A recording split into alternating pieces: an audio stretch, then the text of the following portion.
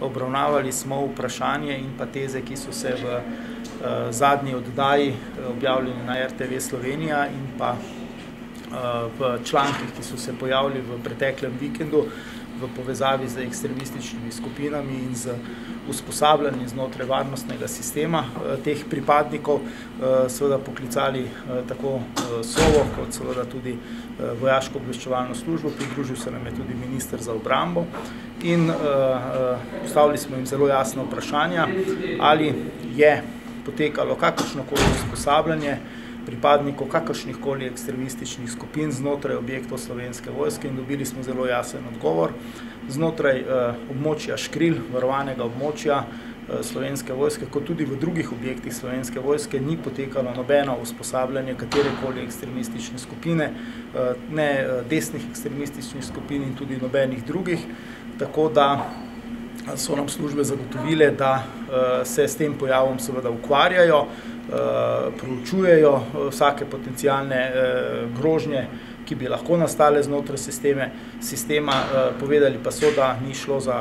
da ni bilo zaznati in da ni bilo nobenega usposabljanja znotraj teh objektov, tako da Slovenska vojska ni usposabljala ne posameznikov, ne pripadnikov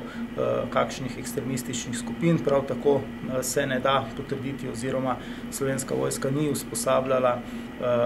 posameznikov, ki so delovali nasilno v demonstracijah v letu 2012,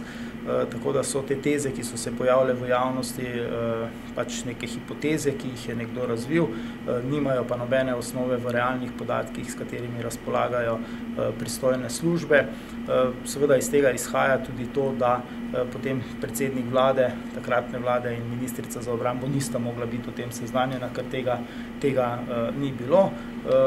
Vse ostale stvari pa seveda službe še vedno izvajajo v svojih okvirih. Prav tako so nam danes potrdili, da je stopnja ogroženosti Slovenije s strani ekstremističnih skupin ocenjena za stopnjo nizko. To bi vprašal, povedali ste, da je bil obrambni minister na seji, nisem samo opazil, je bil tudi šef SOVE? Ni bil šef SOVE, bil je njegov pomočnik, šef SOVE je na žalost odsoten,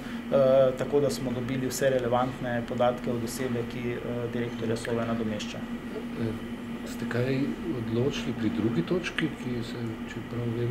ja, v drugi točka se je nanašala na popolnoma drugo stvar, nanašala se je na nek dopis, ki je bil naslovljen na komisijo. V zvezi s tem bo komisija naslovila vprašanja na policijo in potem seveda na podlagi teh vprašanj ukrepala dalje. Gre za področje gospodarskega kriminala, kjer nas bo zanimalo, kaj je z neko točno specifično prijavo, ki jo je neko podjetje vložilo na policijo, bilo do sedaj narejenega. Če bomo pri tem ugotovili, da je policija uporabljala prikrite preiskovalne ukrepe glede na to prijavo, bomo seveda izvedli tudi verjetno nadzor. V tej fazi bomo pa policiji zastavili vprašanja, kako daleč je s to preiskavo, kaj se dogaja s to preiskavo, ali je že zaključena ali še vedno poteka. O tistem primeru nazaj Zemljarič pa danes ni bilo? Ne, o tem primeru pa danes nismo govorili.